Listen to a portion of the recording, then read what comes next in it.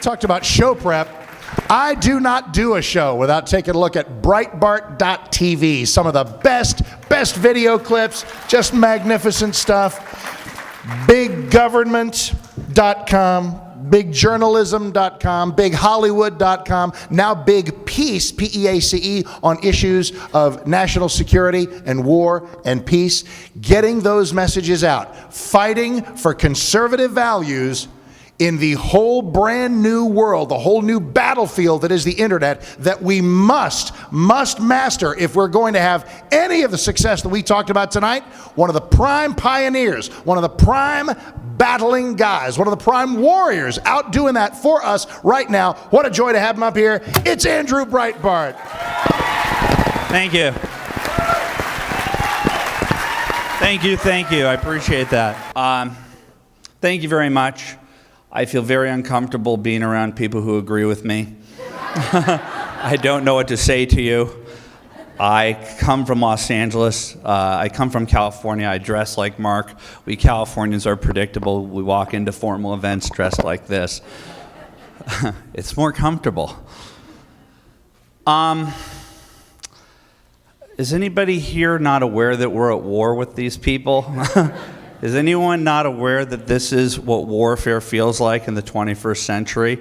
That this is electronic warfare? And that anyone feeling that they've been at war with us for a long time and we just started to figure it out and finally started to fight back? Well, that's right. They've been at war with the salt of the earth, with the decent American people for the majority of my lifetime. And part of it, I was a useful idiot who was inadvertently fighting their battles for them. I grew up in the west side of Los Angeles, and until I was about 23, 24 years of age, I just assumed that I was a liberal. And so I bring up my narrative here because I kind of witnessed little parts of my life. Andrew Breitbart, this is your life. One was Gary Aldrich, because after I had been, I guess, deputized and I met Drudge, and I started doing the Drudge Report with Matt, I watched what happened to a person like Gary Aldrich, a straight-laced guy, go out there and tell the truth. And it wasn't the political class that was successful.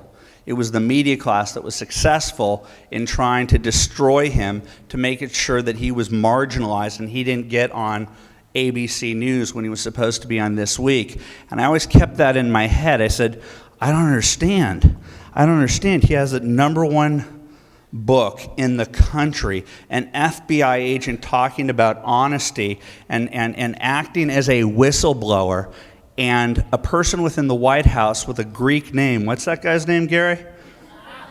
Stephanopoulos. Cries holy hell that they're going to put him on a Sunday morning show and wants this guy to get off. And this happened.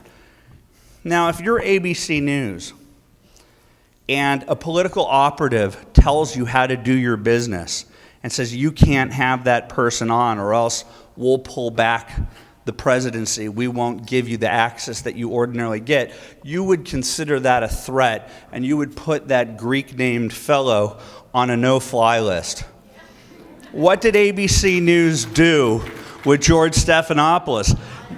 They didn't hire him. They made him the objective journalist, head of the entire operation.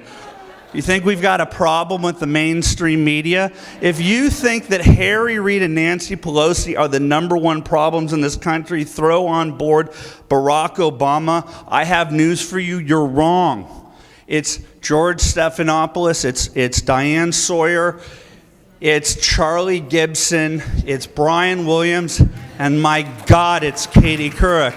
They are the problem. Because back in 1999, 1998, 1997, before the year of the whistleblower, you know, when the left is in power, the government whistleblower is sacrosanct and protected. You remember that? Remember in 2003, the person of the year was the whistleblower, Colleen Crowley, because they were going to whistleblow against a conservative. Where were the protectors within the media to protect Gary Aldrich? Where were the people within the media to protect Linda Tripp? Their argument against Linda Tripp was, you're not attractive. They couldn't find fault with the fact that she was delivering the truth, so they forced her and humiliated her to the point where they mocked her as she changed her face because the arbiters of truth were saying, look at her, she's not physically attractive. These people are the most disgusting people in the world. How do I know? They're my neighbors. You don't want to know these treacherous, disgusting human beings. And boy, do I enjoy living next door to them. I just sit there with my metaphorical gun on my porch. It's my laptop computer. It's my BlackBerry. It's my iPad. I use their devices. Thank you, Steve Jobs and Al Gore and the board of Apple. I appreciate the weaponry, and it works.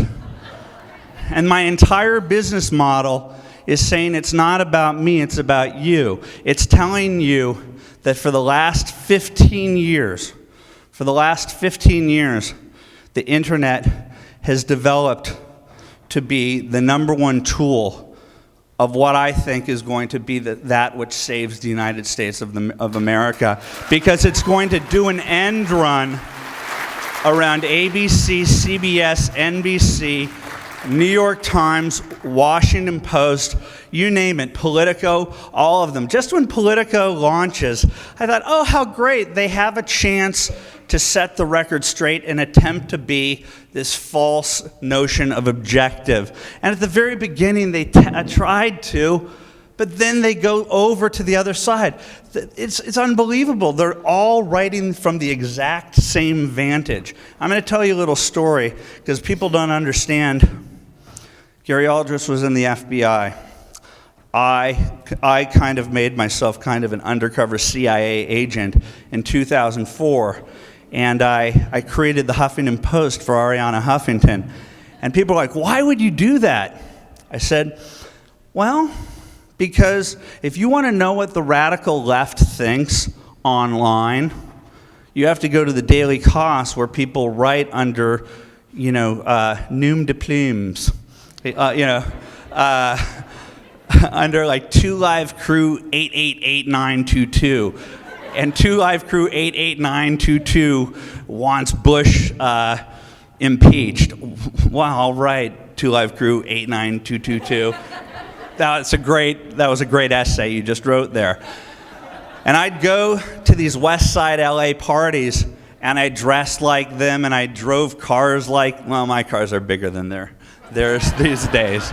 But I talk like them, I dress like them, and so I'm kind of the stealth person who just likes to drink their adult beverages for free.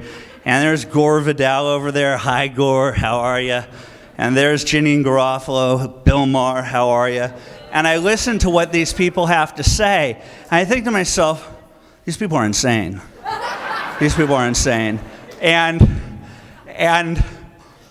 when you say that they hate America,